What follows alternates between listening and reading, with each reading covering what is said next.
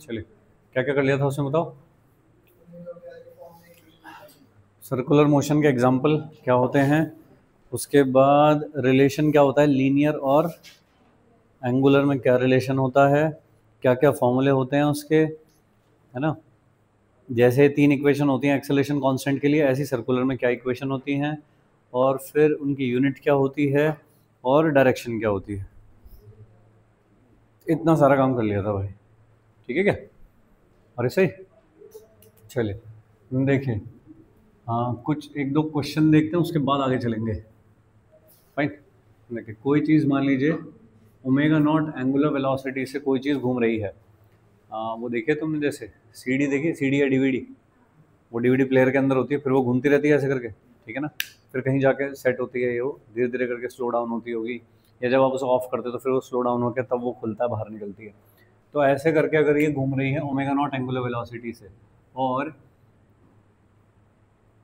Uniform retardation, uniform angular retardation से इसकी velocity omega naught by 2 हो जाती है एन रिवोल्यूशंस कवर करके। ऐसे एन रिवोल्यूशन कवर करके इसकी angular velocity omega naught by 2 हो जाती है। तो कितने और रोटेशन करने के बाद ये रुक जाएगा?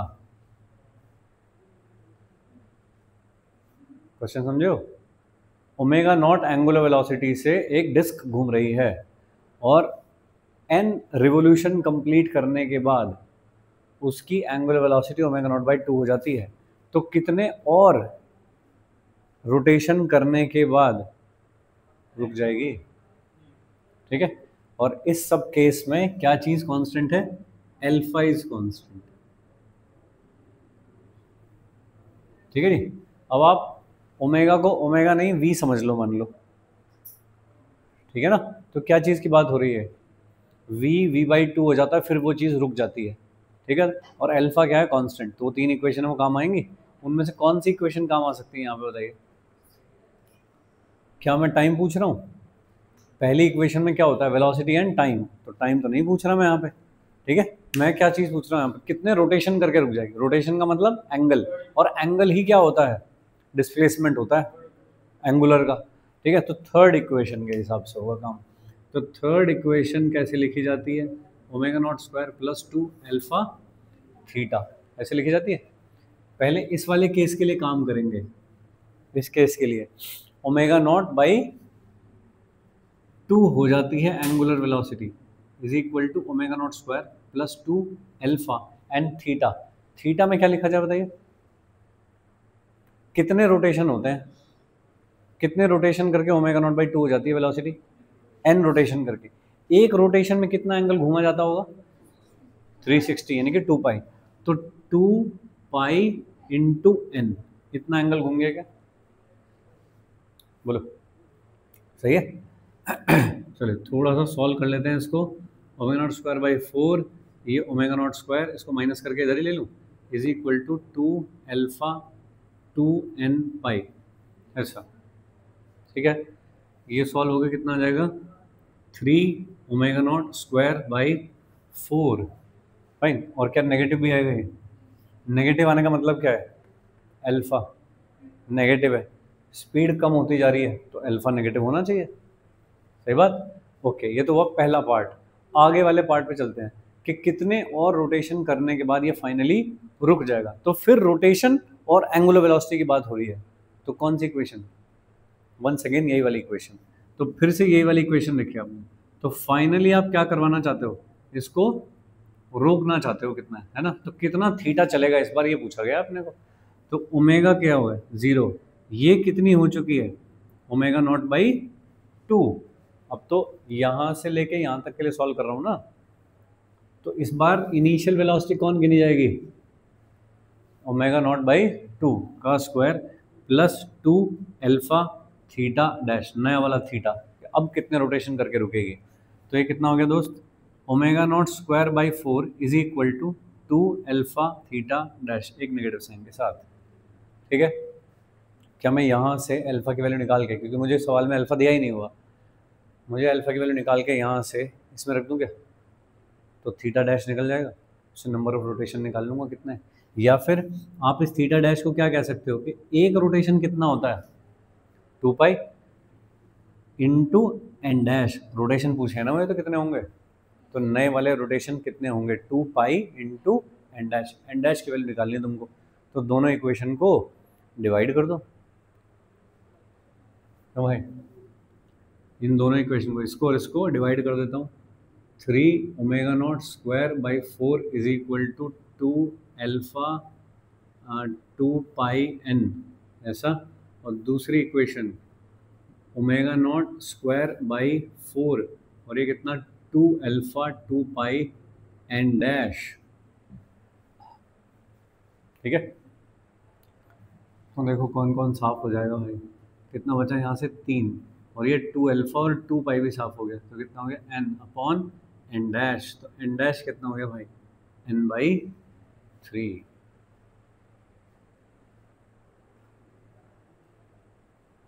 ठीक है,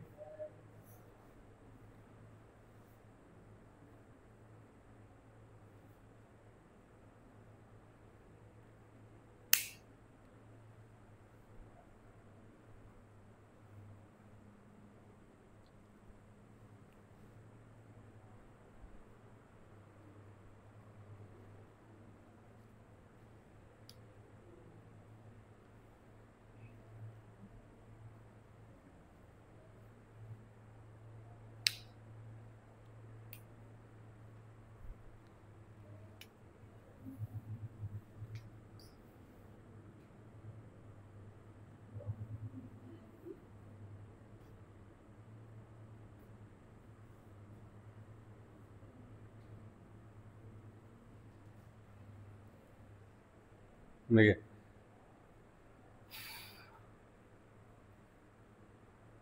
ऐसा कुछ इक्वेशन दे रखी है।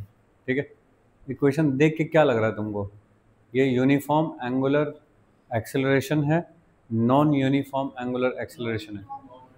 कैसे पता लगा तुम्हें, टी की पावर देख के। तो टी की पावर अगर 2 तक होती, हाँ, तो अगर टी की पावर सिंगल होती बस एक, तब तक तो होती यूनिफॉर्मली एक्सेलरेटेड। ठीक है ना, लेकिन ये तो नॉन यूनिफॉर्म हो गई है। ठीक बात है। चलिए, मुझे अगर इसका अल्फा पूछा जाए तो क्या बताऊंगा, अल्फा डिफरेंशिएट कर दो, D omega by d T कितना हो जाएगा, 6t प्लस 12t स्क्वायर, ऐसा कुछ अल्फा हो जाएगा। ठीक बात है। थीटा पूछा जाए तो क्या बताऊंगा, d theta upon d t लिखूंगा इसको, और d theta is equal to 2 plus 3t square plus 4t cube d t, integrate कर दूंगा। ठीक है भाई, ऐसा इंटीग्रेशन 2, और ये कितना हो गया, t प्लस ये कितना हो गया, t क्यूब, और ये कितना हो गया, t की पावर 4, ऐसा हुआ थीटा। ठीक है, थोड़ी सी इनिशियल कंडीशन में डाल देते हैं कि at t is equal to 0 theta is equal to 0, तो ये वाली चीज़ डाल दूंगा, फिर कांस्टेंट ऑफ इंटीग्रेशन नहीं डालना पड़ेगा। ऐसा करके आ गया। ठीक है क्या, ऐसा। अब मुझे इसमें कुछ भी चीज़ें पूछी जाएँ तो अपने को कैलकुलेशन आनी चाहिए। जैसे कि हमको पूछा जाए कि find alpha and omega at t is equal to 2, ऐसा पूछा गया सपोज। तो ये इंस्टेंटेनियस है या एवरेज है, इंस्टेंटेनियस है ये वाली चीज़। तो आपके पास अल्फा की इक्वेशन होनी चाहिए, उसमें t की वैल्यू डाल दो, ओमेगा की इक्वेशन होनी चाहिए, उसमें t की वैल्यू डाल दो, और थीटा पूछा है, थीटा में t की इक्वेशन होनी चाहिए, उसमें t की वैल्यू डाल दो, तो आ जाएगा। ठीक है, एवरेज निकालना है, average angular velocity from t is equal to 0 to t is equal to 2 second. Average angular velocity निकालनी है। अब क्या करोगे,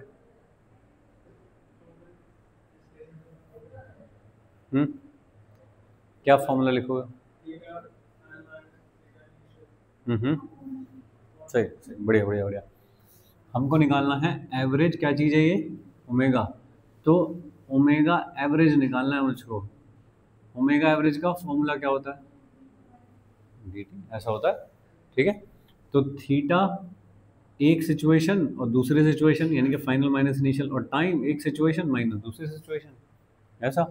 तो थीटा 2 कौन सा वाला है बताइए, t इज इक्वल टू 2 पे, और थीटा 1 कौन है, t इज इक्वल टू 0 पे। तो ये इक्वेशन है भाई, इसमें थीटा 1 कर दो suppose, time t is equal to 0 पे, तो क्या आ जाएगा 0, और सब में रखोगे t की वैल्यू 0। और जब थीटा 2 निकालोगे कब, time t is equal to 2 second पे, तो क्या क्या आ जाएगा देखना, 2 इंटू 2, 2 क्यूब प्लस 2 की पावर 4, कितना हो गया 4, 8 और 16, कितना होता है 28। ठीक है, तो यहाँ पे कितना लिखोगे दोस्त 28, और माइनस ये वाला 0, और अपॉन 2 माइनस 0, कितना हो गया, तो 14 रेडियन पर सेकेंड। ठीक है, ऐसे मुझको पूछा जाए एवरेज अल्फा, तो क्या फॉर्मूला लगेगा, average alpha delta omega by delta t, तो omega 2 minus omega 1 upon T2 minus T1, ऐसा कर दूंगा तो आ जाएगा। ठीक है, ये वाले कुछ सवाल इस टाइप के जेईई मेन में पूछे गए हैं, तो हम कर चुके हैं ये वाली चीज़, एवरेज वेलोसिटी, एवरेज एक्सेलरेशन के टाइम ये वाली चीज़ कर चुके हैं। तो सेम वैसा ही है, बस इतनी चीज़ याद रखनी है कि थीटा और एस का रिप्लेसमेंट हुआ करता है, ओमेगा और वी का रिप्लेसमेंट होता है, और अल्फा और ए का रिप्लेसमेंट होता है, बाकी सारे फॉर्मूले सेम रहते हैं। ठीक है ना, डायरेक्शन बताने का तरीका इनका थोड़ा अलग है। एक्सियल वेक्टर ही एक्सिस के अलोंग होते हैं, तो किस हाथ से बताते हैं डायरेक्शन, राइट हैंड रूल से डायरेक्शन बताते हैं। ठीक है, ठीक है, चलिए यहाँ तक डन है। तो ऐसे छोटे सवाल होते हैं, इनमें ज़्यादा कुछ आवश्यकता नहीं है, बाकी रोटेशन में आएगा ये टॉपिक, तब वहाँ पे और डिटेल में चलेगा। ठीक है जी, ओके। देखिए, relation in linear and angular in vector form. देखिए, हमने पढ़ा था v is equal to r omega and a is equal to r alpha, ऐसा कल किया था हमने। अरे ठीक है, उसमें जो v है वेलोसिटी वो वेक्टर है, ओमेगा वेक्टर है, और r रेडियस है। पहले पार्टिकल यहाँ पे था तो रेडियस ऐसे थी, पार्टिकल जब सर्कल पे चल के यहाँ पहुँच गया तो रेडियस ऐसे हो गई, फिर पार्ट यहाँ हो गया। तो ये वाला जो वेक्टर है रेडियस वेक्टर, ये लगातार बदल रहा है ना। पोजीशन वेक्टर कहते हैं इसको, कि पहले पार्टिकल था यहाँ पे तो वेलोसिटी कैसे थी उसकी, इस तरह से, और पोजीशन वेक्टर कैसे थी, ये थी पोजीशन, ये बता रहा था कि यहाँ पे है पार्टिकल। थोड़ी देर बाद पार्टिकल चल के पहुँच जाएगा इस पोजीशन पे, तो वेलोसिटी हो जाएगी इस डायरेक्शन में, कि वेलोसिटी हमेशा टेंजेंशियल होती है, और पोजीशन क्या हो गई चेंज होके, ये हो गई नई वाली पोजीशन, स्मॉल आर लिख लेता हूँ ना, पोजीशन को हम स्मॉल आर से दिखाते हैं, तो पोजीशन चेंज हो गई, समझ पा रहे हो। ओके, ये वाला एंगल बताओ कितना है, 90 क्यों है, सर्कल की रेडियस और टेंजेंट के बीच का एंगल कितना होगा, 90 होगा। तो चाहे कहीं पे भी चले जाओ, क्या आप यहाँ जाते हो तो क्या वेलोसिटी हर बार चेंज हो रही है, और पोजीशन वेक्टर भी हर बार चेंज हो रहा है, लगातार बदल रहा है। ठीक है, तो वेलोसिटी जो होती है यहाँ पे वो वेरिएबल होती है। ठीक है, speed may be constant, speed constant हो सकती है, मे बी और मे नॉट बी कांस्टेंट, क्योंकि चलते चलते कोई फास्ट हो रहा है अगर, तो उसका मतलब उसकी स्पीड भी कांस्टेंट नहीं है। और जैसे घड़ी की सुइयाँ होती हैं, तो क्या उनकी जो स्पीड है चलने की वो सेम है हमेशा, अर्थ की सन के अराउंड जो स्पीड है चलने की वो स्पीड सेम है, लेकिन वेलोसिटी तो कंटिन्यूसली बदल रही है ना, हर इंस्टेंट पे वेक्टर बदल जाता है। ओके, अब देखिए अगर ये चीज़ ऐसे करके घूम रही है तो इसमें ओमेगा है, किधर की तरफ है ओमेगा, इसमें ओमेगा किधर की तरफ है, हाँ बाहर की तरफ है ओमेगा। ये वाली एक्सिस को अगर मैं कह दूं एक्स एक्सिस, तो इस एक्सिस को कह दूं वाई एक्सिस। अब मैं तुमसे पूछूं ओमेगा किधर है, बताइए ओमेगा किधर की तरफ है, हाँ मतलब के वेक्टर, सही है। इस वाली सिचुएशन पे आइए, यहाँ पे इस सिचुएशन पे v की डायरेक्शन क्या है, वाई एक्सिस की तरफ है, और r की डायरेक्शन क्या है, आई है। ठीक है, यहाँ पे इनका हो रखा है मल्टीप्लिकेशन, तो अगर मैं वेक्टर रिलेशन लिखना चाहूँ तो v is equal to r omega में, यहाँ वेक्टर लगाओ वेक्टर लगाओ वेक्टर लगाओ, इसको स्मॉल लिख लो। अगर मैं स्मॉल लिखा तो ऐसा लिखूँ। अब दो वेक्टर में ऐसा तो हो नहीं सकता कि दो वेक्टर में कोई निशान लगा और वेक्टर आ जाए। यहाँ पे क्या निशान लगना चाहिए कि वेक्टर है? क्रॉस लगना चाहिए। तो ये ऐसे हो सकता है या फिर ये ऐसे हो सकता है। बताइए, दोनों तो हो नहीं सकते, कोई एक ही होगा। कौन सा सही है? खुद सोच के बताओ कौन सा सही है। ये रही तुम्हारे सामने डायरेक्शन, बताओ कौन सा ठीक है दोनों में से। क्रॉस करना है भाई लोग तुमको। ये लिख लिया तुमने? ये कर लिया? बताइए, आर क्रॉस ओमेगा करके देख लेते हैं भाई। मुझे किस किस का क्रॉस करना, इसका और इसका करना है मुझे क्रॉस, या इसका और इसका क्रॉस करना है मुझे। तो मुझे किसका क्रॉस करना है? इन दोनों का। के क्रॉस आई करना है या आई क्रॉस के करना है? पहला वाला देख लेते हैं। आई क्रॉस के करना है सपोज मुझे। आई किधर है? इधर की तरफ। ओमेगा कहाँ है? बाहर की तरफ। ऐसे दो वेक्टर हो गए। कैसे? इस तरह से हो गए दो वेक्टर। ये हो गया उधर की तरफ आर और ये हो गया ओमेगा। और मुझको करना है omega cross r cross omega. तो आर की तरफ फिंगर करेंगे और दूसरे की तरफ घुमा देंगे। ये वी है क्या इधर? नहीं, वी तो ऊपर है। ठीक है, तो ये वाला तो सही डायरेक्शन नहीं दे रहा वी की, इसको चेक कर लेते हैं। ओमेगा कहाँ है? बाहर की तरफ। और ये कहाँ है? मुझे करना है क्या? ओमेगा क्रॉस है। तो ओमेगा की तरफ फिंगर करेंगे और दूसरी की तरफ घुमाएंगे। ऐसे इधर की तरफ फिंगर स्ट्रेच करेंगे और दूसरी की तरफ घुमाएंगे तो ऊपर की तरफ। तो ठीक लग रहा है। तो भाई लोग, ये वाली डेफिनेशन नहीं होती, ये डेफिनेशन होती है। क्यों? क्योंकि हम वेक्टर में राइट हैंड रूल फॉलो करते हैं, लेफ्ट हैंड फॉलो कर रहे होते तो फिर आर क्रॉस ओमेगा होता। ठीक है भाई, ऐसा। तो ये वाला रिलेशन नहीं होता, ये रिलेशन होता है ओमेगा और आर में वेक्टोरियली। ओके, इसे ही अगर एक बार डिफरेंशिएट किया जाए तो क्या एक्सेलरेशन आएगा? तो एक्सेलरेशन में क्या रिलेशन होना चाहिए बताइए? अल्फा और क्रॉस आर, ये रिलेशन होना चाहिए एक्सेलरेशन का रिलेशन। ठीक है, तो ये वेक्टोरियली कैसे दिखाते हैं इन चीज़ों को? आर, हम हमेशा कहते हैं v equal to r omega, ऐसा निकलता है मुझे हमें, v equal to r omega. लेकिन वेक्टर में जो है वो v equal to r cross omega नहीं होता, ओमेगा क्रॉस आर होता है। ठीक है भाई, जैसे टॉर्क है, टॉर्क क्या होता है? R cross f, f cross r नहीं होता टॉर्क।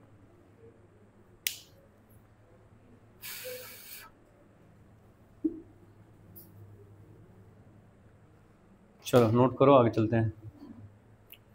ये हो गया भाई लोग सब बेसिक काम। थोड़े से सवाल देख लिए तुमने, डायरेक्शंस देख ली, क्रॉस प्रोडक्ट कैसे हुआ है वो देख लिया। ठीक है, इस पे बेस करके एक दो सवाल मेंस में पूछे गए हैं कि आपको एक ओमेगा का वेक्टर दे दिया, एक आर का वेक्टर दे दिया, वी निकालना है, ऐसा कुछ करके पूछा गया।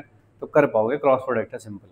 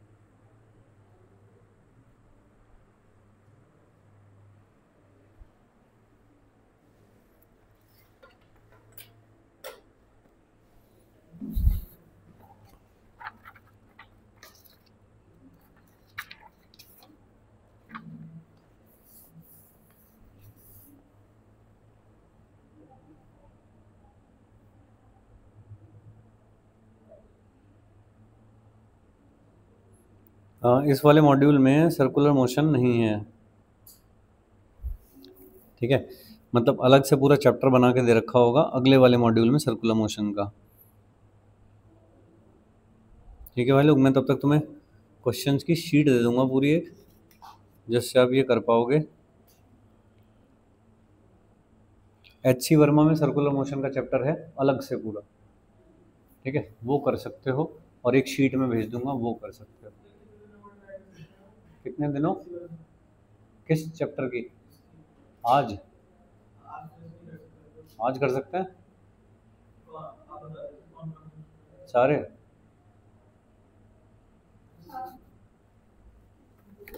शुरू से करना शुरू करो, पहले करने चाहिए सॉल्व प्रॉब्लम, ठीक है? फिर शुरू के कुछ 5-6 सॉल्व प्रॉब्लम हो जाएंगे। हाँ बिल्कुल, एच वर्मा में सॉल्व प्रॉब्लम होते हैं। एच वर्मा के सॉल्व प्रॉब्लम करिए पहले, शुरू के कुछ कुछ हो जाएंगे, जब होने बंद हो जाएंगे, अब नहीं हो रहे, 2-3-4 लाइन लगातार नहीं हो रहे, फिर एक्सरसाइज पे पहुंच जाओ अनसॉल्व पे, फिर उसके शुरू के करो थोड़े, जहाँ तक हो रहे हैं करते रहो, ठीक है? कल थोड़ा और पढ़ोगे तो फिर थोड़ा और आगे चलो उसमें। चलिए डन, यहाँ तक हो गया। चलो अब आते हैं भाई असली काम की चीज पे अपनी, जहां पे है सारे derivation of the circular motion.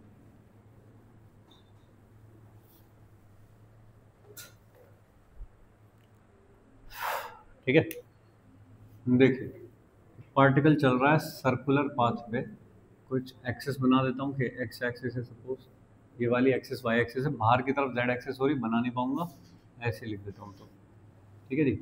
किसी इंस्टेंट पे पार्टिकल की ये पोजीशन है, यहाँ पे है पार्टिकल पी पॉइंट पे, और वी उसकी वेलोसिटी है, ये आर जो है उसका पोजीशन वेक्टर है, कितने एंगल पे? थीटा एंगल पे है, ठीक है जी। किसी को कुछ लिखना होता है डेरिवेशन पूरा, तो ये सारी चीज़ लिखी जाती है कि particle is moving on a circular path of radius r, और स्टार्टिंग फ्रॉम दिस पॉइंट, कुछ पॉइंट का नाम दे दो ऐसा, after time t it reaches at a point p where its velocity becomes v at an angle theta from horizontal x axis से उसका position vector हो जाता है, ऐसा लिख दिया। तो मुझको लिखना है इसका पोजीशन वेक्टर,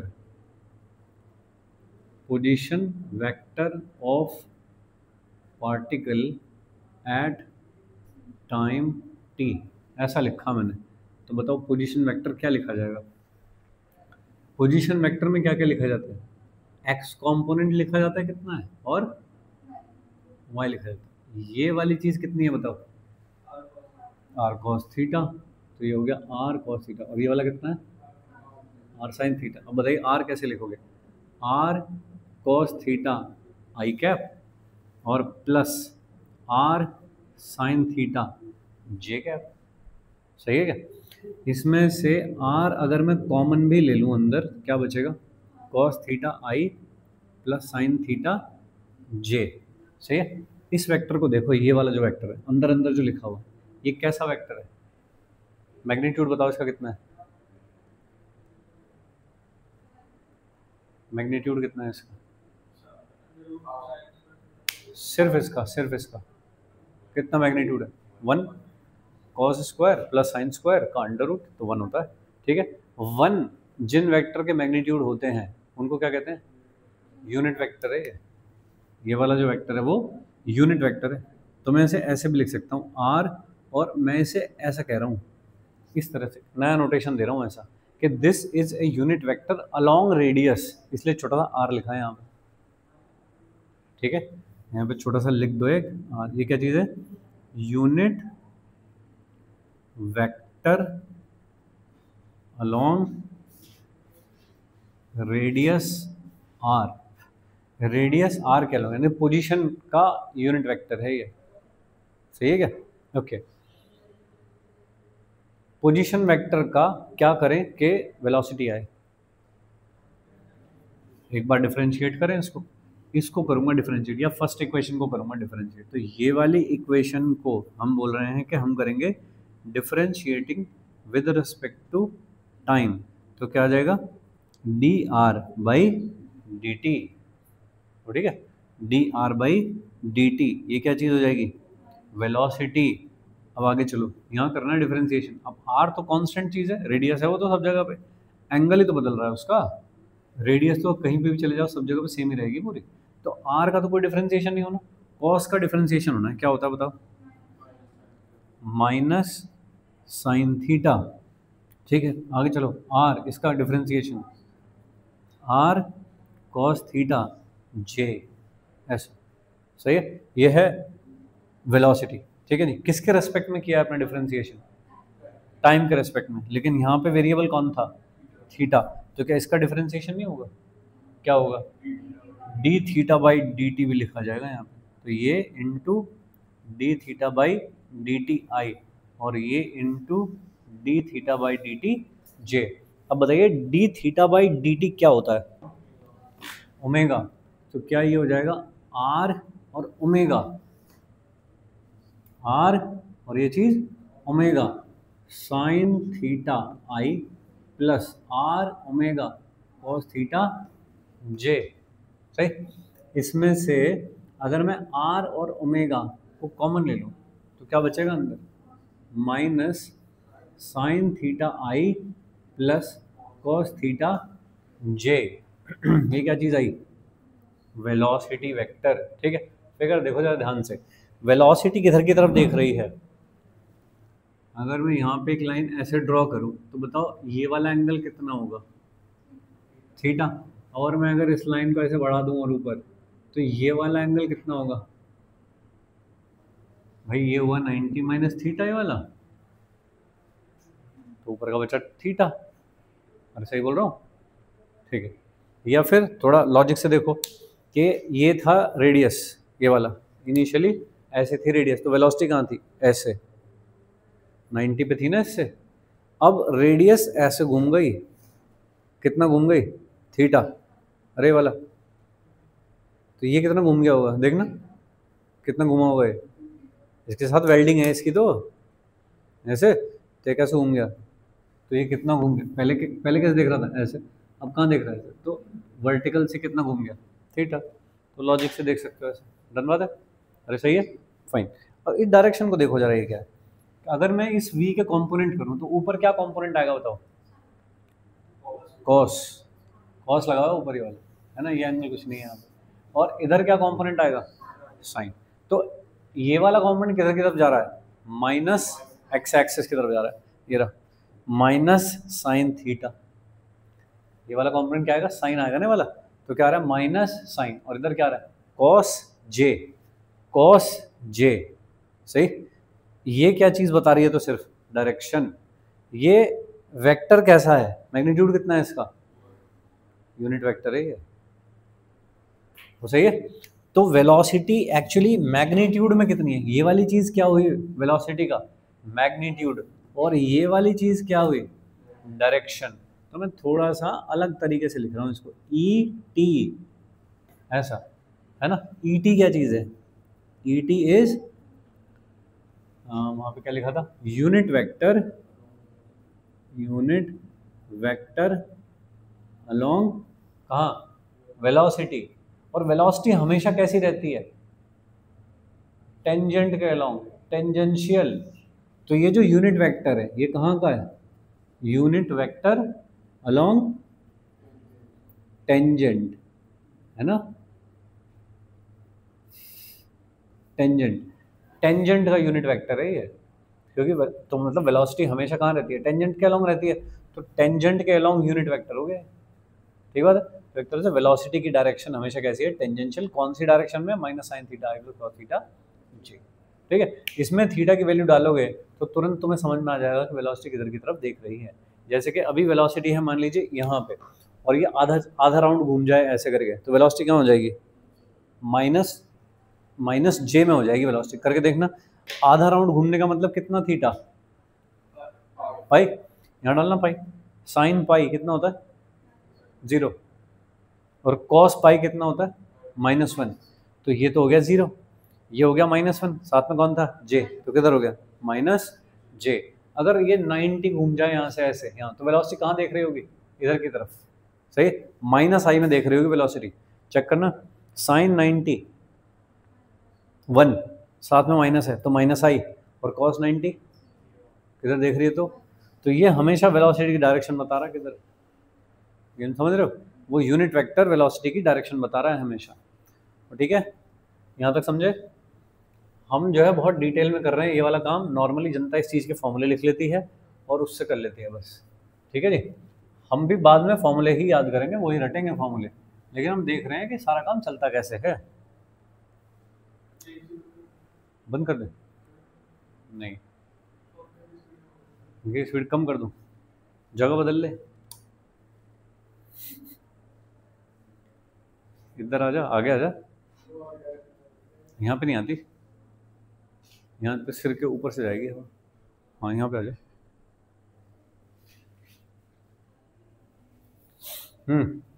ठीक है भाई लोग, यहाँ तक समझो आराम से। वो ठीक है, यहाँ तक समझ गए। हमको जाना है नेक्स्ट आगे, इससे आगे एक्सेलरेशन पे। तो एक्सेलरेशन के लिए क्या करूं बताओ? इस चीज को, ये वाली चीज जो वेलोसिटी आई थी ये वाली, इसको एक बार डिफरेंशिएट कर दो फिर से। ठीक है, तो देखिए वेलोसिटी लिख लेता हूँ एक बार यहाँ पे अलग से, r omega sine theta i और r omega cos theta j, ऐसे है वेलोसिटी। उसका करना है मुझको differentiation, differentiation with respect to time. लिखते जा रहे हो ना साथ में? लिखो तो पहले। अब यहाँ से गेम शुरू हो गया। बहुत स्लो है भाई तू लिखने में। कैसे चलेगा ऐसे काम? हा? वो देखने देखे रिपोर्टर जो होते हैं, जब वो इंटरव्यू ले रहे होते हैं किसी का, है लिख भी रहे हैं वहीं के वहीं और बोल भी रहे हैं, देख भी रहे हैं ऊपर, बात भी कर रहे हैं, सब कर रहे हैं वो।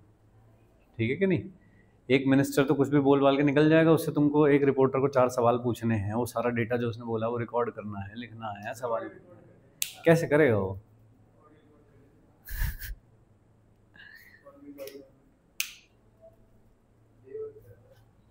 और कुछ कुछ तो ऐसे होते हैं जो मतलब दूसरी लैंग्वेज में बात कर रहे हो, तब तो और क्रांति मचेगी।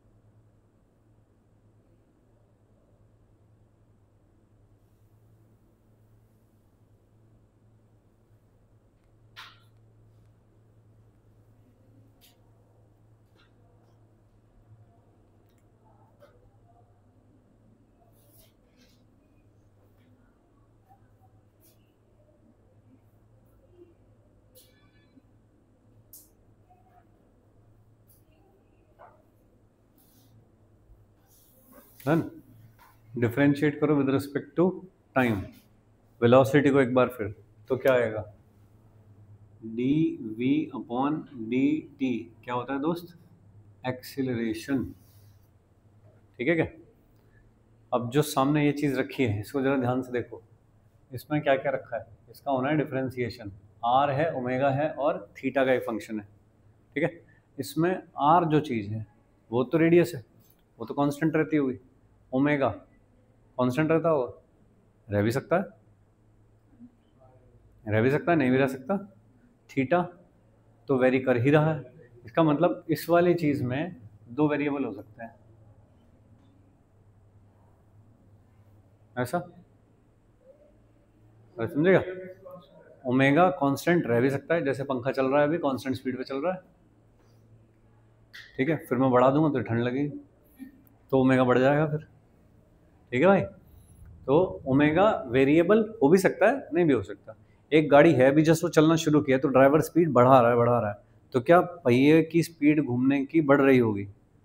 तो एंगल वेलोसिटी तो बढ़ रही, और उसने सोच लिया कि हाँ बहुत स्पीड बढ़ गई, अब क्या 80 पे चल रही है गाड़ी, ठीक चल रही है, इससे ज़्यादा नहीं करनी मुझको, तो फिर ओमेगा कांस्टेंट हो गया। तो बढ़ चेंज भी हो सकता है, या कम करना हो तो ब्रेक लगाया तो कम होने लगा, तो ओमेगा वेरिएबल भी हो सकता है, कांस्टेंट भी हो सकता है, दोनों चीज़ हो सकती है। तो हम इसे वेरिएबल मान के चलेंगे, कांस्टेंट तो हम कभी भी रख लेंगे आगे जाके। ठीक है, और थीटा तो वेरिएबल है ही, तो ये क्या हो गए? 2 फंक्शन हो गए। डिफरेंशिएशन कैसे होता है 2 फंक्शन का, तुमको पता होगा, कर लो।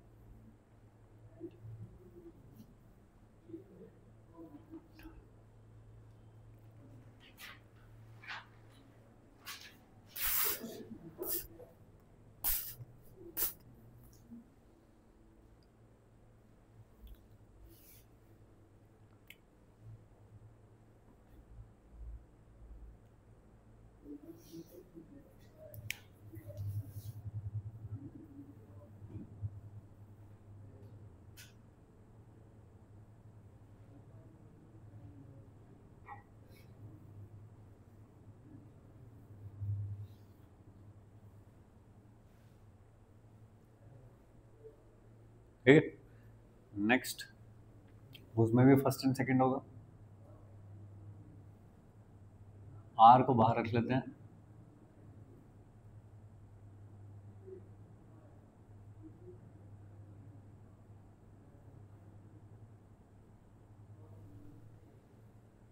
जैसा फर्स्ट सेकंड फंक्शन मान के ये कर दिया डिफरेंस। थोड़ा सा आसान करते हैं इसे, माइनस आर, बताइए D omega by d T को क्या लिखते हो?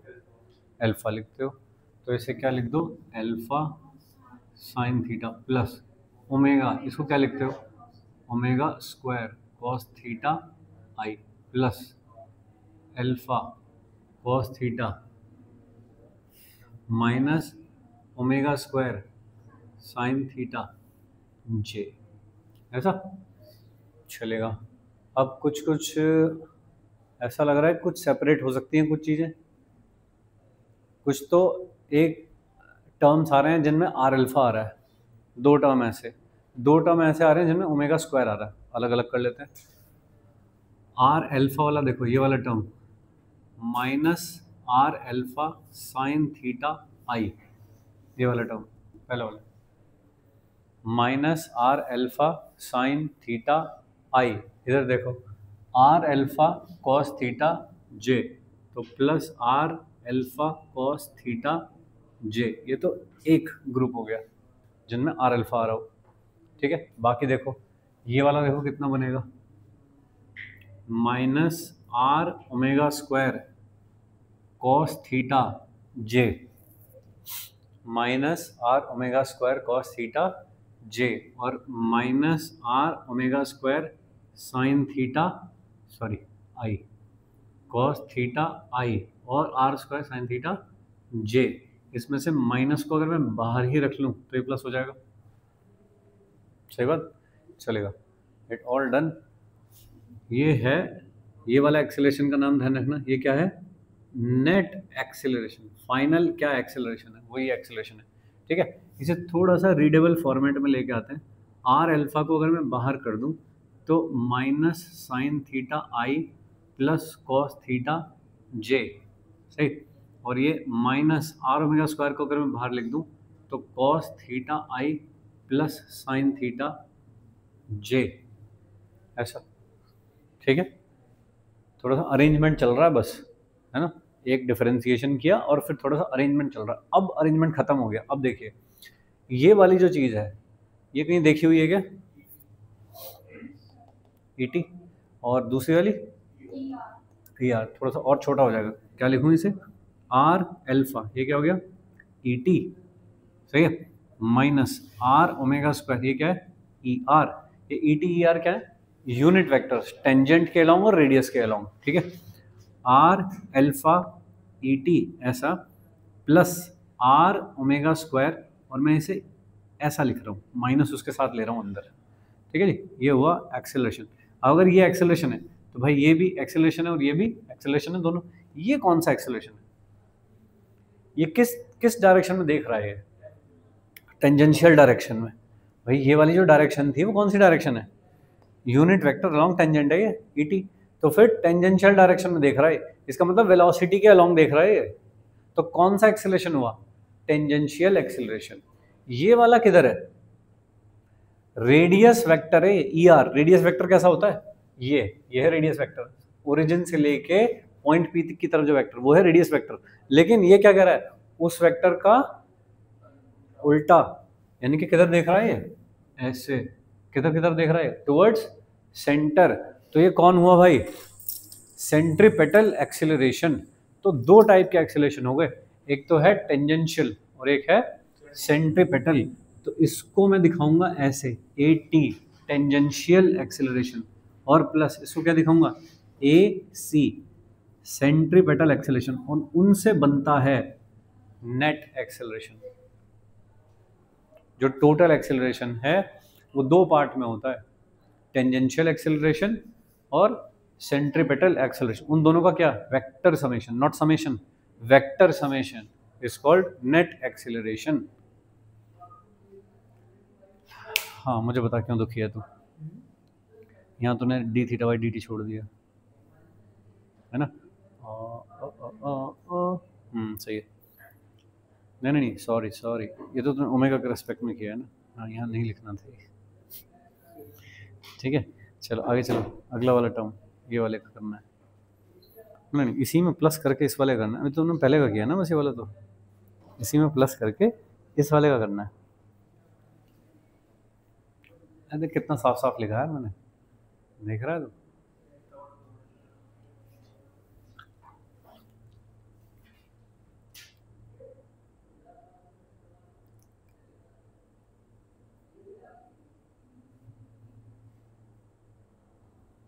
ठीक है भाई, ये यहाँ तक का जो हमने काम किया वो समझने के लिए किया।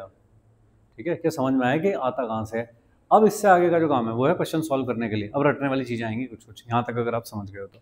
ये हटा दूं इधर का सिस्टम।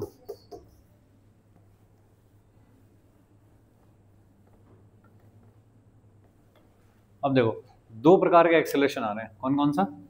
ए टी जो है वो है टेंजेंशियल एक्सेलरेशन। तो कहाँ होगा? टेंजेंट के अलॉन्ग होगा।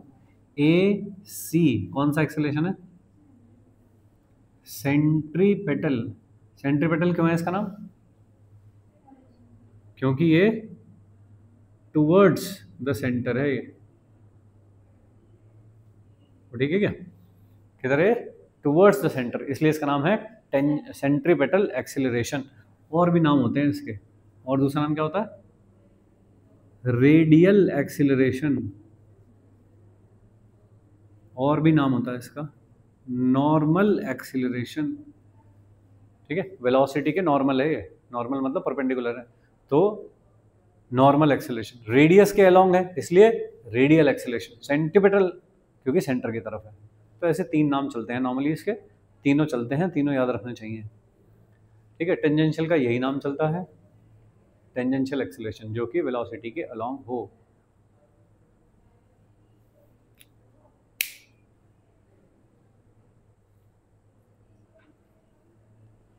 ठीक है, एक बात बताओ, टेंजेंशियल और सेंटीपिटल में कितना एंगल होगा हमेशा? ठीक बात है।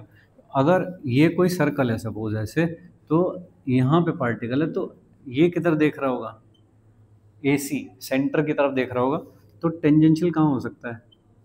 ऐसे हो सकता है टेंजेंशियल, परपेंडिकुलर है। पीछे भी हो सकता है क्या? उधर भी तो हो सकता है, ऐसे घूम रहा हो पार्टिकल, पीछे की तरफ हो सकता है, या फिर स्पीड कम हो रही हो तो तब हो सकता है। ठीक है क्या? तो दोनों के बीच का एंगल कितना रहेगा हमेशा? 90। अभी मुझसे नेट पूछा जा रहा है ऐसा, तो मैं क्या लिख रहा हूँ? 80 प्लस ए सी वैक्टर में। ठीक है, लेकिन मैग्नीट्यूड पूछा जाए मुझे इसका, तो क्या होगा? इसका मैग्नीट्यूड, नेट एक्सेलरेशन का मैग्नीट्यूड पूछा जाए मुझे, तो इन दोनों का वेक्टर सम। इन दोनों का वेक्टर सम कैसे निकलेगा भाई? ये वाला हो गया नेट एक्सेलरेशन, दोनों का क्या कर रहे हो? Vector summation. क्या हो जाएगा बताइए? Under root of a c square plus a t square is the net acceleration का मैग्नीट्यूड। ठीक है, दोनों कैसे हैं? परपेंडिकुलर। परपेंडिकुलर हैं तो फिर कैसे निकलता है? जब दो vector perpendicular to each other हो, रिजल्टेंट कैसे निकलता है? तो under root of a square plus b square, वो करा है तो a c square plus a t square का अंडर रूट। सही है क्या?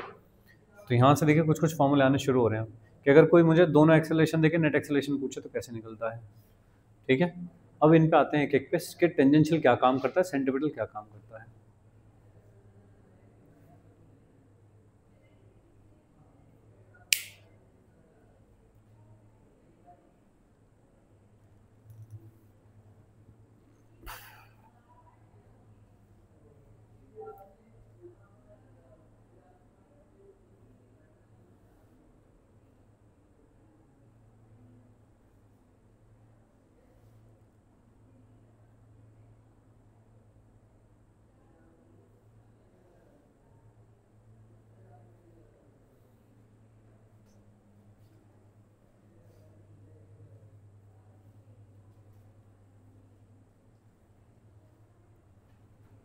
ये हटा दूँ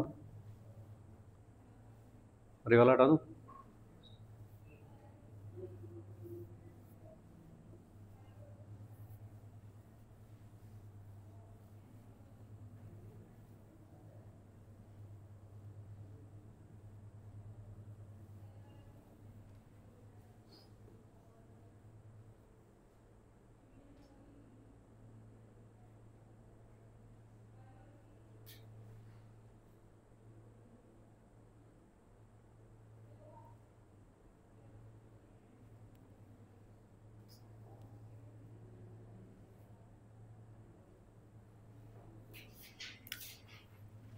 हम देखें ए टी का क्या फॉर्मूला था, आर अल्फा मैग्नीट्यूड। ये देखो जो मैं ए टी लिख रहा हूँ जिसको ये टी, ये क्या चीज़ है, आर अल्फा। डायरेक्शन बता रहा है ये तो, बस कहाँ है डायरेक्शन, कहाँ है वेलोसिटी के अलोंग, यानी कि टेंजेंट के अलोंग। तो टेंजेंट वेलोसिटी के अलोंग भी हो सकती है या फिर उसके ऑपोजिट भी हो सकती है, दोनों हो सकती है। ये काम क्या करता है, responsible for change in speed. Speed बदलता है ये, स्पीड समझ रहे हो, वेलोसिटी नहीं, स्पीड, डायरेक्शन नहीं बदलता ये, ठीक है जी। This is responsible for change in speed, और चेंज इन स्पीड या स्पीड कहते हैं या फिर मैग्नीट्यूड ऑफ वेलोसिटी, दोनों सेम बात है ना भाई, स्पीड कहो या फिर मैग्नीट्यूड ऑफ वेलोसिटी। तो वेलोसिटी के मैग्नीट्यूड को यानी कि स्पीड को चेंज करने के लिए जो काम आता है वो है टेंजेंशियल एक्सेलरेशन, और उसका फॉर्मूला क्या है, आर अल्फा, ठीक है। और क्या फॉर्मूला हो सकता है इसका, d v by d t, ठीक है। देखो ये क्या है, रेस्पॉन्सिबल चेंज इन स्पीड। तो चेंज इन स्पीड का मतलब क्या है, तो एक्सेलरेशन है ना, तो चेंज इन स्पीड को क्या बोलूंगा, d v by d t, d v by d t. लेकिन वी क्या चीज़ है, वेक्टर नहीं लगा रहा यहाँ पे मैं, इस पे मैं वेक्टर नहीं लगा रहा हूँ, ठीक है जी। ऐसे लिख देते हैं या फिर ऐसे लिखते हैं, डी बाई डी टी। अब बताइए यहाँ क्या लिखना है मुझको, वेलोसिटी का मैग्नीट्यूड लिखना मुझको यहाँ पे, सही है। ये है टेंजेंशियल एक्सेलरेशन के फॉर्मूले, r alpha number 1 r alpha, या फिर d v by d t, लेकिन वी पे वेक्टर नहीं है, या फिर वेक्टर लगाने का शौक है तो फिर मॉड भी लगाओ साथ में, ठीक है भाई, ऐसा। अरे सही। नेक्स्ट ए सी का फॉर्मूला क्या था, यहाँ देखो क्या था, आर ओमेगा स्क्वायर, इसका मैग्नीट्यूड कौन था, आर ओमेगा स्क्वायर। तो भाई आर और ओमेगा स्क्वायर ऐसा होता है फॉर्मूला, आर ओमेगा स्क्वायर, ठीक है। या फिर ओमेगा तो v is equal to r omega होता है ना, तो अगर मैंने ओमेगा को रख दिया v अपॉन आर, ओमेगा को v अपॉन आर, तो v और r में आ जाएगा फॉर्मूला, क्या आएगा बताओ, v स्क्वायर अपॉन r आ जाएगा क्या, ठीक है क्या, ओके। लेकिन कहो कि नहीं मैं तो उसमें भी निकाल सकता हूँ, आर ओमेगा इंटू ओमेगा लिख लूँगा इसको, इस वाली चीज़ को आर ओमेगा इंटू ओमेगा लिख लूँ ऐसे, तो आर ओमेगा क्या होता है v, तो v इंटू ओमेगा भी लिख सकते हो, जहाँ पे जैसी ज़रूरत हो वैसा यूज़ करेंगे। तो क्या तुमने ये तो काफ़ी बार पढ़ा होगा, कहीं पे बहुत जगह तुमने ऐसा पढ़ा होगा, m v square upon r, ठीक है ना। तो वी स्क्वायर अपॉन आर कौन है, वो सेंट्रीपेटल एक्सेलरेशन, और एक्सेलरेशन में मास से मल्टीप्लाई कर दो क्या बन जाता है, फोर्स। तो सेंट्रीपेटल एक्सेलरेशन, तो फोर्स कौन सा, सेंट्रीपेटल फोर्स, ठीक है। जैसे एटॉमिक स्ट्रक्चर में इलेक्ट्रॉन घूम रहा है तो सेंटर की तरफ एक फोर्स लगता है, इलेक्ट्रोस्टैटिक फोर्स, और उसको क्या लिख देते हैं, m v square upon r, समझ रहे दोस्त। सेंटर की तरफ लगने वाले नेट फोर्स को लिख देते हैं m v square upon r, circular motion की इक्वेशन है बस, एकमात्र इक्वेशन, ठीक है। Net force acting toward the centre should be equal to m v square upon r, ठीक है। नहीं ये कैसे लिखा मैंने, समझ गए सब, v को आर ओमेगा को v, ऐसा ऐसा लिख के मैंने ये 3 फॉर्मूले बना लिए, ऐसा, ठीक है। ये तो हो गए फॉर्मूले। और तुमने ऐसा भी पढ़ा होगा, एम आर ओमेगा स्क्वायर या फिर m v square upon r, ये वाले 2 फॉर्मूले चलते हैं ज़्यादातर सेंट्रीपेटल फोर्स लिखने के लिए, ऐसे होता है। जहाँ पे ओमेगा दे रखा है वहाँ पे एम आर ओमेगा स्क्वायर में टर्म्स में लिखता हूँ, और जहाँ पे वेलोसिटी दे रखी है वहाँ पे m v square upon r के टर्म्स में लिखता हूँ, ऐसा, ठीक है। ये वाला नहीं देखा हमने, तो बहुत ही रेयर कहीं पे यूज़ होती है ये वाली चीज़, ठीक है जी। बट ठीक है, फॉर्मूला तो है ही, क्या दिक्कत है, ठीक है जी। ओके, किस काम का है भाई ये, responsible for change in direction of velocity, direction बदलता है वेलोसिटी की। पहले जैसे ही चलना शुरू किया वेलोसिटी यहाँ थी, थोड़ी देर बाद यहाँ हो गई, जब यहाँ पहुँचूंगा यहाँ हो जाएगी, यहाँ पहुँचेंगे तो यहाँ हो जाएगी, यहाँ हो जाएगी। तो डायरेक्शन कौन बदल रहा है वेलोसिटी की, उसके लिए रेस्पॉन्सिबल है सेंट्रीपिटल फोर्स। ठीक है क्या? एक रस्सी में तुमने बॉल बांध रखी थी ऐसे और ऐसे करके घुमा रहे थे, भाई रस्सी टूट जाए अचानक से, तो सेंटर की तरफ जो फोर्स लग रहा था, टेंशन, वो बंद हो गया, तो क्या बॉल सर्कल में घूमती रहेगी? तो कौन घुमा रहा था? घूमने का मतलब क्या है? हर इंस्टेंट पे अपनी वेलोसिटी बदल, यही तो मतलब है घूमने का। भाई यहाँ है तो ऐसे रख, इधर हो जा, फिर इधर हो जा, फिर इधर हो जा, फिर इधर हो जा, फिर ऐसे हो जा, ऐसे हो जा, ऐसे, यही तो है घूमने का मतलब, कि हर इंस्टेंट पे अपनी वेलोसिटी बदल। कौन करवा रहा था वो? ये जो रस्सी बंधी हुई है सेंटर की तरफ, वो रस्सी करवा रही है ये काम। अगर रस्सी टूट जाए तो, कि इस इंस्टेंट पे ना रस्सी टूट गई, यहाँ पे जब थी बॉल रस्सी टूट गई, अब क्या हुआ? तो वेलोसिटी कहाँ है इसकी? इधर की तरफ। अब उसे कौन बताएगा तुझे डायरेक्शन बदलनी है? तो कहाँ निकल जाएगी बॉल? सीधी स्ट्रेट लाइन पाथ, ऐसे। ठीक है, सन कल से मना कर दे कि भाई मैं नहीं कर रहा अट्रैक्ट, अपना अपना देखो, तो क्या होगा? अर्थ को कौन बता रहा था कि उसके चारों तरफ घूमना है? सन बता रहा था कि भाई हर इंस्टेंट पे अपनी वेलोसिटी बदलनी है सच दैट कि मेरी तेरी डिस्टेंस बराबर रहे, दैट इज कॉल्ड रेडियस, और ऐसे करके घूमना है। तो ये कौन करवा रहा था? सन का जो फोर्स ऑफ अट्रैक्शन है वो करा रहा था ये वाला काम। ठीक है, सन ने मना कर दिया कि मैं नहीं कर रहा, फिर अर्थ निकल लेगी ऐसे। ठीक है भाई, जैसे कुछ वो नहीं घूमते रहते, स्टार वगैरह कुछ घूमते रहते हैं कहीं कहीं पे, है ना, कि ये मीटरॉइड टकरा रहा है, ये वो कहीं जा रहा होगा बेचारा, दूर से घूमता हुआ ऐसे, यहाँ पे सन था तो खींच लिया उसे अपनी तरफ, फिर अर्थ पड़ गई बीच में, तो अर्थ का अट्रैक्शन ज़्यादा होगा, अर्थ ने खींच लिया अपनी तरफ, ऐसे कर। भाई कोई सोलर सिस्टम से बहुत दूर जा रहा तो चलता रहता वो ऐसे करके, ठीक है। एक इधर से आ रहा था मान लीजिए, एक ऐसे करके कुछ आ रहा था, कोई बड़ा सा एस्ट्रॉयड टाइप का आ रहा था, एक इधर से आ रहा था, बहुत दूर थे दोनों एक दूसरे से, तो फिर तो कोई अट्रैक्शन वगैरह नहीं था। लेकिन जैसे ही पास पास पहुंचे कि भाई चल चल के यहाँ पहुंचा, ये भाई चल चल के यहाँ पहुंचा, तो ये फिर एक दूसरे के अबाउट ऐसे घूमना शुरू कर देते हैं एक दूसरे के फोर्स ऑफ अट्रैक्शन से। तो जैसे ही सेंट्रीपिटल फोर्स आएगा toward the centre of mass, वैसे ये घूमना शुरू कर देंगे। ठीक है जी, चलो। तो हर कोई जो भी सर्कुलर मोशन हो रही है, सबको होने के लिए एक सेंट्रीपिटल फोर्स, सेंट्रीपिटल एक्सेलरेशन होना ही चाहिए। ठीक है, बिना उसके नहीं हो सकती। फाइन। एक्सेलरेशन ए सी कब जीरो हो सकता है? कब हो सकता है जीरो, बताइए? जब स्ट्रेट लाइन मोशन हो, सर्कुलर ना। नहीं, हम तो कह रहे हैं जीरो कब होगा, कि चलते चलते ये वाली चीज चल रही थी, ऐसे घूम रही थी, और ये जीरो हो गया। कैसे जीरो होगा भाई? ये चीज देखो ना, ओमेगा जीरो हो जाए या वी जीरो हो जाए तो होगा। आर जीरो का तो कोई सेंस बनता नहीं है, कि रेडियस जीरो हो जाए, उसका तो कोई सेंस नहीं बनता। तो क्या हो सकता है? ओमेगा जीरो हो जाए या फिर वी जीरो हो जाए।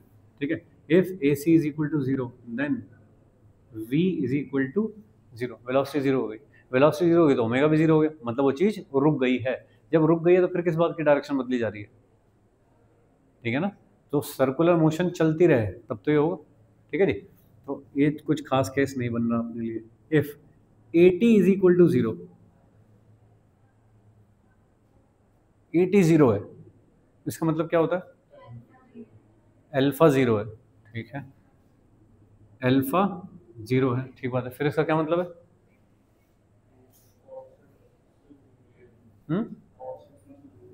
अल्फा क्या d omega by d t होता है? अल्फा होता है d omega by d t, rate of change of angular velocity. वो rate of change of angular velocity zero है, इसका मतलब ओमेगा क्या है? ओमेगा कांस्टेंट है। अगर ओमेगा कांस्टेंट है तो v is equal to r omega होता है, आर तो कांस्टेंट है हमेशा, रेडियस है होता, तो v क्या होता होगा? तो v भी कैसे होता होगा दोस्त? कांस्टेंट। ठीक है, v में क्या कांस्टेंट? मैग्नीट्यूड। ये कांस्टेंट नहीं है, डायरेक्शन तो बदल ही रही होगी लगातार, वो कांस्टेंट नहीं है। क्या चीज? Speed constant. ठीक है ना, तो स्पीड कांस्टेंट, या फिर कहते हैं यूनिफॉर्म है। जब स्पीड कांस्टेंट होती है ऐसी मोशन को क्या कहते हैं? Uniform motion. तो ये कैसी है? Uniform motion. लेकिन साथ ही साथ सर्कल पे तो चल रही है, तो क्या कहते हैं? Uniform circular motion. तो यूनिफॉर्म सर्कुलर मोशन, ठीक है, शॉर्ट में लिख लेते हैं भाई UCM, यूनिफॉर्म सर्कुलर मोशन होने की सारी कंडीशंस इस लाइन में लिखी हुई हैं कि AT 0 हो या अल्फा 0 हो या ओमेगा कांस्टेंट हो, V कांस्टेंट हो, तो ऐसी मोशन को कहते हैं यूनिफॉर्म सर्कुलर मोशन। ठीक है, जिन जिन पार्टिकल की स्पीड सर्कल पे चलते चलते नहीं बढ़ रही है, कांस्टेंट है, वो है यूनिफॉर्म सर्कुलर मोशन। ठीक है, थोड़े एग्जांपल बताओ यूनिफॉर्म सर्कुलर मोशन के, जो कांस्टेंट स्पीड से सर्कुलर मोशन कर रही हैं चीजें।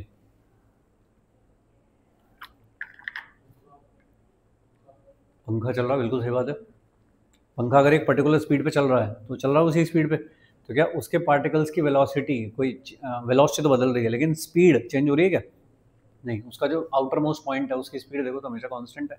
ठीक है, घड़ी की सुइयां जो चल रही हैं कांस्टेंट स्पीड पे चल रही हैं हमेशा, तो कांस्टेंट एंगुलर वेलोसिटी है, तो यूनिफॉर्म सर्कुलर मोशन है। ठीक है, अर्थ जो सन के अराउंड घूम रही है, यूनिफॉर्म सर्कुलर मोशन, लगभग यूनिफॉर्म सर्कुलर मोशन है। अर्थ का जो ऑर्बिट है वो एग्जैक्टली सर्कल नहीं बट ऑलमोस्ट सर्कल है। ठीक है, लेकिन कुछ जो दूर प्लैनेट है ना, नेपच्यून, प्लूटो, ये वो टाइप के जो दूर है वहाँ, तो उनका जो सन के अबाउट ऑर्बिट होता है वो सर्कल होता है क्या, या इलिप्स होता है? भाई यहाँ पे सन है सपोज, कोई बहुत दूर प्लैनेट तो ऐसे घूमता है।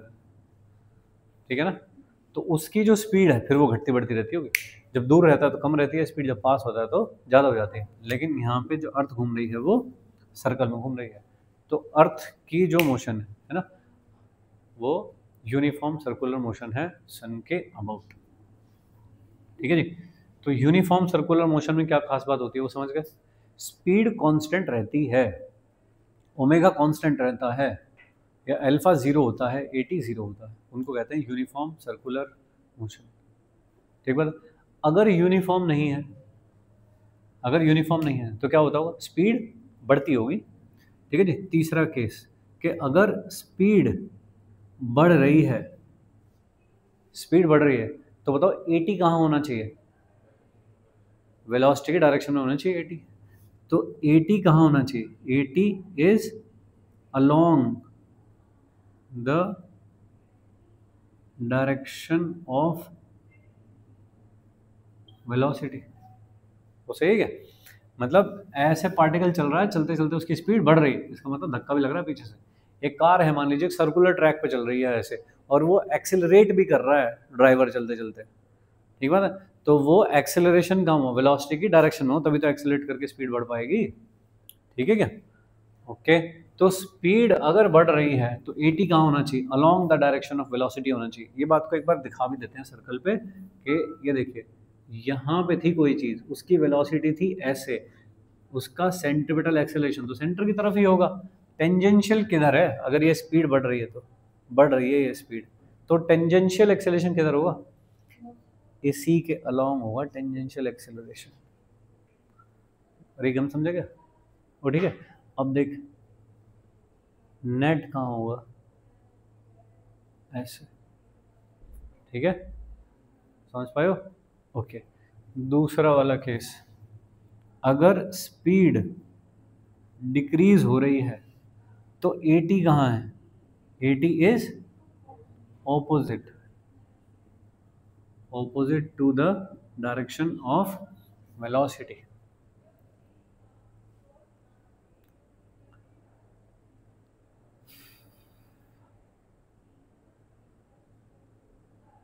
Opposite to the direction of velocity. ठीक है, फिगर बना लेते हैं। ऐसे यहाँ है वेलोसिटी, ऐसे V, और हम कह रहे हैं कि ये डिक्रीज हो रही है, तो AC कहाँ है? टुवर्ड द सेंटर, तो AT कहाँ मिलेगा? पीछे की तरफ। वैसे ही है क्या? AT मिलेगा वेलोसिटी के ऑपोजिट डायरेक्शन में। ठीक है, नेट एक्सेलरेशन भी देखते रहो साथ साथ। ये है नेट एक्सेलरेशन A।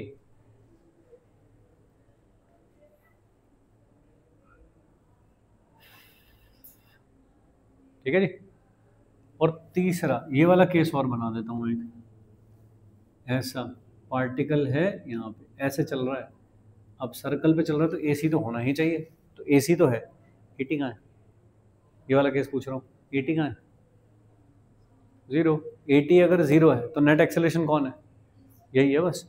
अरे इसमें अगर एटी जीरो है तो नेट एक्सेलरेशन कौन है, एसी है बस। तो बताइए एंगल कितना हुआ ये वाला। तो जब वेलोसिटी और नेट एक्सेलरेशन के बीच का एंगल 90 डिग्री होता है तो मोशन क्या होती है, यूनिफॉर्म सर्कुलर मोशन। तो ये है यूनिफॉर्म सर्कुलर मोशन, ठीक है। देख लो भाई जरा, अब देखो कौन कौन से फॉर्मूले बन पाए अपने पास। इससे पीछे पेज पे जो हमने किया था सब कुछ वो तो था सारा डेरिवेशन, उससे हम फॉर्मूले तक पहुंचे थे, टेंजेंशियल और सेंटीपिटल एक्सेलरेशन के फॉर्मूले तक पहुंचे थे हम वहाँ से, फाइन। उसके बाद ये सब कुछ काम किया हमने, ये वाला सारा काम है जिससे क्वेश्चन सॉल्व होते हैं, पीछे वाला काम अपने समझने के लिए था, वो ठीक है। इसमें देखो एक तो ये दो चीज़ें इंपॉर्टेंट हैं, अपने नोटबुक में मार्क कर लो जहाँ लिखा है, ये दोनों फॉर्मूले कि नेट एक्सेलरेशन कौन होता है, a t plus a c vector में, और मैग्नीट्यूड कौन होता है, under root of a c square plus a t square, ठीक है जी। उसके बाद अपने को चाहिए ये तीनों फॉर्मूले, तीनों में से कुछ भी पूछा जाए तो you should be able to know. और फिर इसका काम क्या होता है, responsible for change in speed, change in speed का मतलब स्पीड को बढ़ाना या घटाना, वो जो काम करता है वो टेंजेंशियल एक्सेलरेशन करता है। अगर स्पीड ना घट रही है ना बढ़ रही है, कांस्टेंट है, तो कौन सी वेलोसिटी होगी फिर कौन सा बचा, सेंटीपिटल बचा, 80 जीरो है तो वो होती है यूनिफॉर्म सर्कुलर मोशन। फिर आई ये वाली चीज़ कि एसी के क्या फॉर्मूले होते हैं, r omega square v square upon r v omega. क्या काम करता है ये, डायरेक्शन बदलता है वेलोसिटी की, ऐसा, ठीक है। ये कुछ कुछ केसेस हो गए फिर स्पेशल, कि अगर ए सी जीरो हो तो कब हो सकता है, जब पार्टिकल रुक ही जाए तब हो सकता है, v equal to zero. A t कब जीरो होता है, उसको कहते हैं यूनिफॉर्म सर्कुलर मोशन। और अगर स्पीड बढ़ रही है घट रही है तो क्या फिगर होती है ना। अब हम इन पे बात करेंगे, जो तीन गोले बनाए हैं ना, इन पे बात होगी कि इनका क्या मतलब है। ये हटा देता हूँ, और अब मुझे इसकी भी ज़रूरत नहीं है, इसको भी हटा देता हूँ।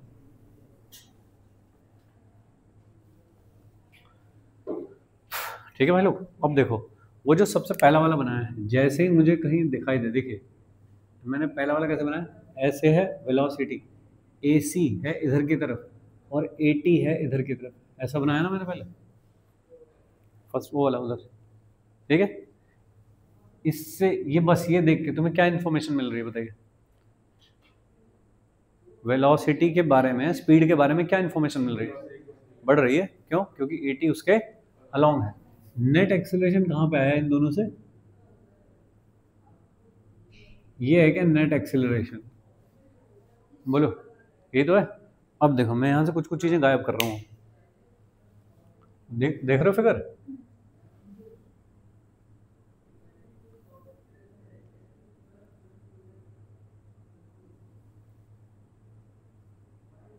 हाँ ये बची बस फिगर, देखना बस ये फिगर है, लो क्या दिख रहा है तुम्हें इससे,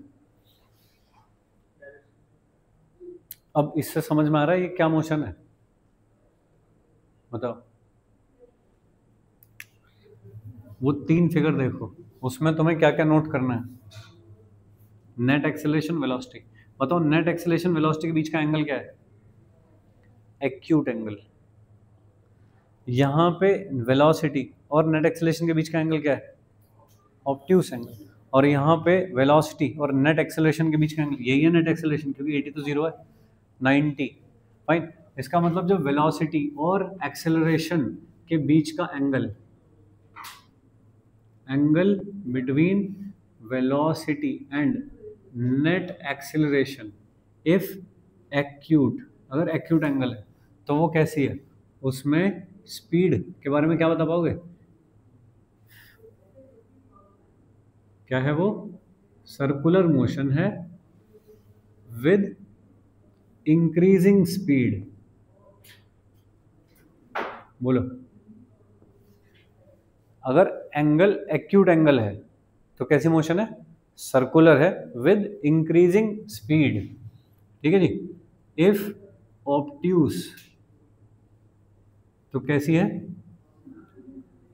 circular motion with decreasing with decreasing speed, ठीक है। और तीसरा इफ राइट एंगल यानी कि 90 डिग्री है, तब कैसी है? सर्कुलर है,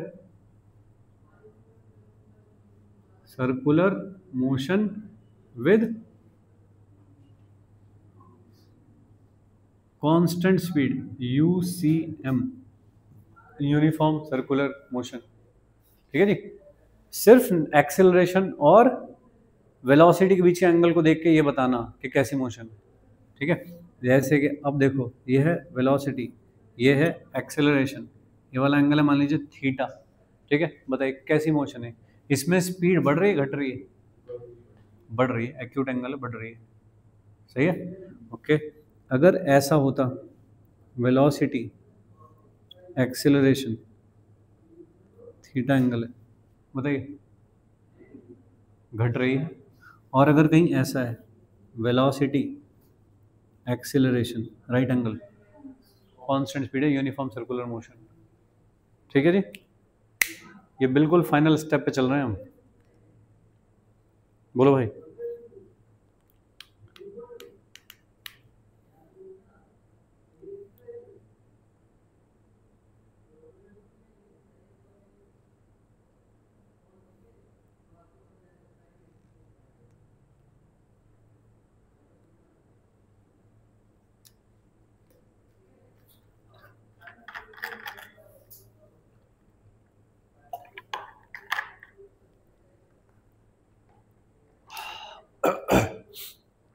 ठीक है। अब ये देख के ये कैसे पता लगाऊं कि सेंट्रीपिटल एक्सेलरेशन कितना है और टेंजेंशियल कितना है? कैसे पता लगाया जाए? इस एक्सेलरेशन का, अरे इस एक्सेलरेशन का जो कंपोनेंट वेलोसिटी की तरफ जाएगा ऐसे, और एक इसका जाएगा वेलोसिटी के परपेंडिकुलर, ठीक है ना। इसका एक कंपोनेंट वो कैसे जाएगा, ऐसे करके इधर की तरफ जाएगा एक कंपोनेंट, और एक कंपोनेंट कहाँ जाएगा, इस वाली लाइन पे ऐसे परपेंडिकुलर टू वेलोसिटी। तो वेलोसिटी के अलोंग जो कंपोनेंट होगा वो क्या होता है, टेंजेंशियल, और वेलोसिटी के परपेंडिकुलर जो कंपोनेंट होता है वो क्या होता है, सेंट्रीपिटल।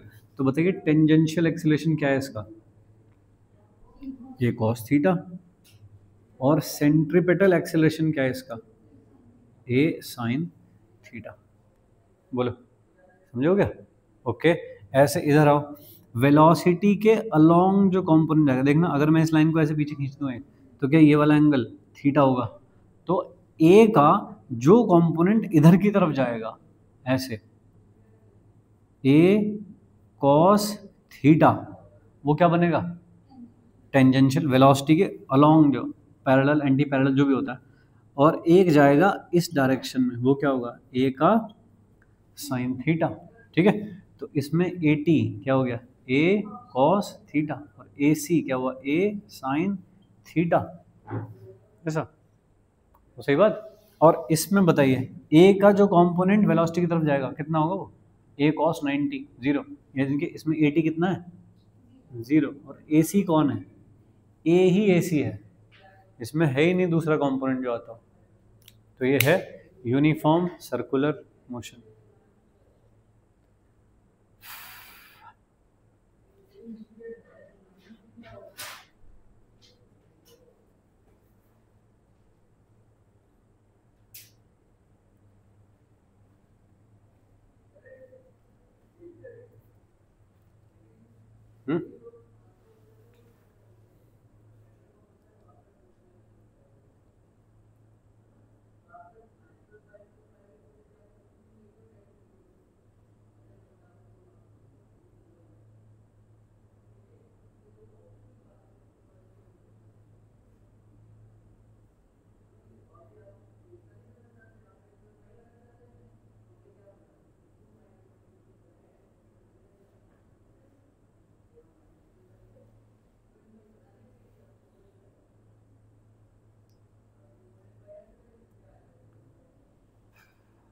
ठीक है भाई, this is the whole theory of circular motion. बहुत ही स्टेप बाय स्टेप प्यार से काम किया है हमने। इस पेज पे जो लिखा हुआ है यहाँ पे, ये है जिससे आपके क्वेश्चन सॉल्व होते हैं, जिसमें से आपके क्वेश्चन आते हैं। पीछे जो किया उससे क्वेश्चन नहीं आते, लेकिन यहाँ तक जो पहुँचे हो वो उसी से पहुँचे हो ना, तो वो डेरिवेशन है पूरा, ठीक है। वो तुम्हें समझ में आए अच्छी बात है, नहीं समझ में आए क्वेश्चन इससे सॉल्व हो जाएंगे, इतना याद रख लेना बस, ठीक है। वैसे 2-3 बार करोगे उस डेरिवेशन को अपना तो समझ में आ जाएगा। तो अगर वेलोसिटी और एक्सेलरेशन के बीच का एंगल एक्यूट एंगल है तो मोशन होती है सर्कुलर और इंक्रीजिंग स्पीड के साथ, और ऑब्ट्यूस है तो डिक्रीजिंग स्पीड के साथ सर्कुलर, और 90 है तो फाइन। और तुम कहो कि वेलोसिटी भी इधर भी है और एक्सेलरेशन भी इधर ही है, तो बताइए इंक्रीज होगी सर्कुलर होगी क्या? नहीं, अरे स्ट्रेट लाइन मोशन है वो, ठीक है। स्ट्रेट लाइन मोशन में क्या होता है, वेलोसिटी और एक्सेलरेशन दोनों सेम डायरेक्शन में होते हैं, तो वेलोसिटी अगर ऐसे है और एक्सेलरेशन ऐसे है ऐसा, तो ये जो स्पीड है इसकी कम होगी, यहाँ पे स्पीड बढ़ेगी। लेकिन क्या ये घूम पाएगी? घूमने के लिए क्या चाहिए?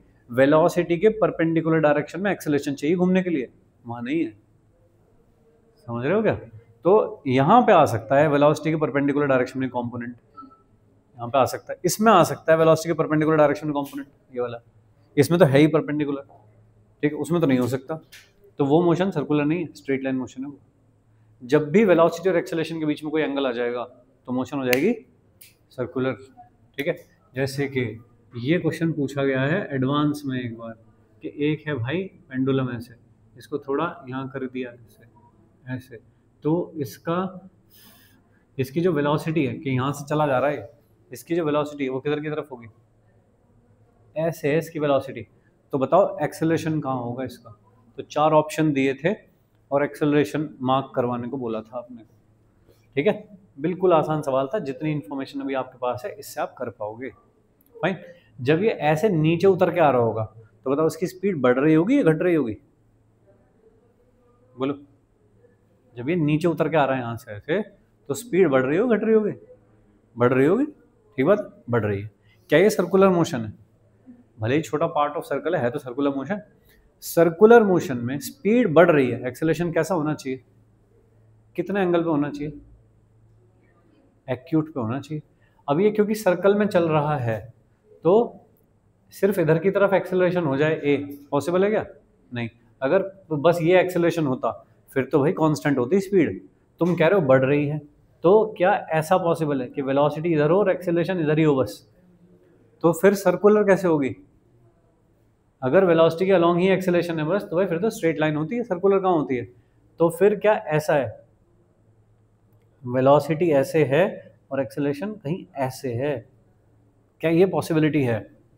क्योंकि जब इन दोनों के बीच का एंगल एक्यूट एंगल होता है तो मोशन सर्कुलर होती है और इंक्रीजिंग स्पीड के साथ होती है जब एक्यूट एंगल होता है, तो है ना। तो ये था ऑप्शन, ठीक है। अगर सिर्फ ये होती तो फिर यूनिफॉर्म सर्कुलर मोशन होनी चाहिए थी फिर तो, क्योंकि 90 डिग्री का एंगल है, तो भाई फिर ये बढ़ेगी कैसे ये नीचे आते हुए? तो पॉसिबल नहीं है। अगर ये हो जाए तो फिर स्ट्रेट लाइन मोशन होनी चाहिए, सर्कल कौन करवाएगा इसको?